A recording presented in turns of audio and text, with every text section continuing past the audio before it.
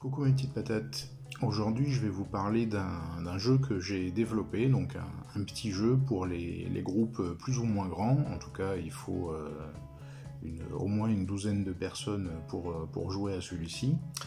Donc je l'ai appelé In parce que tout simplement il faut 4 personnes en fait pour créer des effets, voilà, tout simplement. En général je présente la chose comme vous êtes des sorciers ou des sorcières, hein, à la Harry Potter, voilà. Vous pouvez être beaucoup plus grand, vous pouvez être des adultes, voilà. Je l'ai essayé récemment avec un groupe d'une quarantaine d'adolescentes, voilà, en terminale, majoritairement. Le volume sonore était extrême. En tout cas, la mécanique a bien fonctionné. Donc pour moi c'est ça l'essentiel. Après le fait que les personnes se soient amusées, c'était le but. Bref, voici donc In Quatuor. Donc se présente sous la forme de petites tuiles comme ça, toutes simples. Donc là elles sont plastifiées, c'était dans l'urgence, hein, voilà, c'est un prototype. Donc d'un côté il y a des symboles. Voilà. Des symboles de couleurs et donc des formes géométriques, cercles et carrés, voilà, pour rester simple. Après, il est tout à fait possible de le complexifier. J'avais prévu des choses un peu plus élaborées, et puis on peut aussi tarabiscoter les choses, hein, mettre des enluminures, des choses comme ça. Et derrière, donc, il y a deux sortilèges. Donc, on va le mettre comme ça. Donc, un sortilège qui est offensif, et un sortilège qui est défensif, avec un petit symbole au milieu, j'y reviendrai après. Donc c'est chaque personne, en fait, chaque participant ou participante va avoir une tuile comme ça, et donc forcément n'aura pas les mêmes sorts offensifs, défensifs que les autres. Et donc un des buts de la manœuvre, ça sera de rechercher en fait des personnes qui ont au moins une figure, un symbole géométrique identique. Par exemple ici, donc ça fonctionne toujours par 4.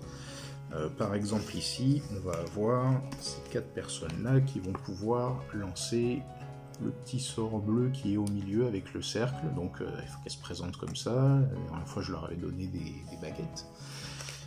Pas des baguettes magiques, des baguettes à sushi. Voilà. Moi j'avais dit c'était dans l'urgence. Donc une fois que ce cercle est fait, il faut déjà que les personnes sachent de quoi ils retournent. Si elles veulent lancer ce sort, il faut qu'au moins l'une des personnes ait la mention du sort, donc ce symbole-là. Donc par exemple ici, c'est le Gravibus Lingua, donc qui rend muet pendant 5 minutes.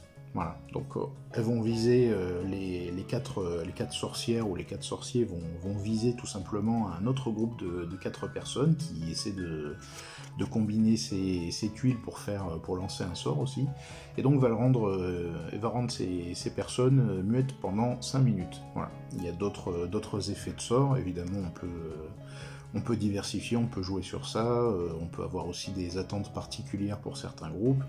Il y en a qui font danser tout le monde pendant 5 minutes, d'autres qui permettent de rendre aveugle, voilà, donc les personnes ne voient pas qui elles visent.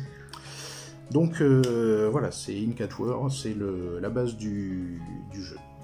Et donc les figures carrées permettent de se protéger. Alors évidemment, il faut trouver la bonne couleur et les bonnes personnes qui ont le reste de cette figure-là pour se protéger d'un sort qui nous vise.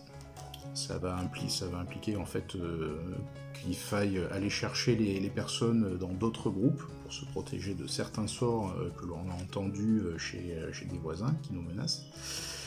Donc voilà, ça incite en fait à aller à former des groupes, les défaire, voilà, reformer de nouveaux groupes, donc c'est très dynamique. Il faut courir partout pour essayer d'éviter les sorts, de pouvoir en lancer d'autres.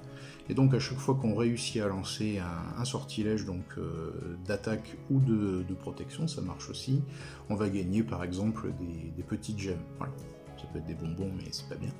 Donc des petites gemmes, et tout simplement à la fin d'une certaine durée qui a été définie au départ, le groupe ou la personne qui a le plus de gemmes remporte la partie.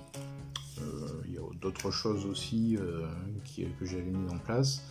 Ces symboles-là, quand 4 personnes ayant le même symbole arrivent à se mettre ensemble et à lancer un sort, c'est pareil, ça fait rapporter des gemmes supplémentaires. Voilà, donc petit jeu de cohésion de groupe qui a bien fonctionné, donc j'espère pouvoir le ressortir à d'autres moments, faire de nouvelles versions, de toute façon je vous tiendrai au courant de tout ça. Je le mettrai en ligne prochainement, donc comme les autres jeux à prix libre, voilà, donc ça fait un petit paquet comme ça pour avoir du choix, et pour qu'il n'y ait pas toutes les combinaisons possibles plusieurs fois, c'est ce qui est intéressant aussi. Si ça vous intéresse, Petite Patate, n'hésitez pas à laisser des commentaires, des pouces bleus, abonnez-vous, partagez, voilà, vous savez comment naviguer dans les réseaux sociaux et comment faire plaisir aux gens. Donc si ce jeu vous intéresse, n'hésitez pas à me poser des questions, j'y répondrai assez rapidement. Voilà, bonne journée à vous mes petites patates.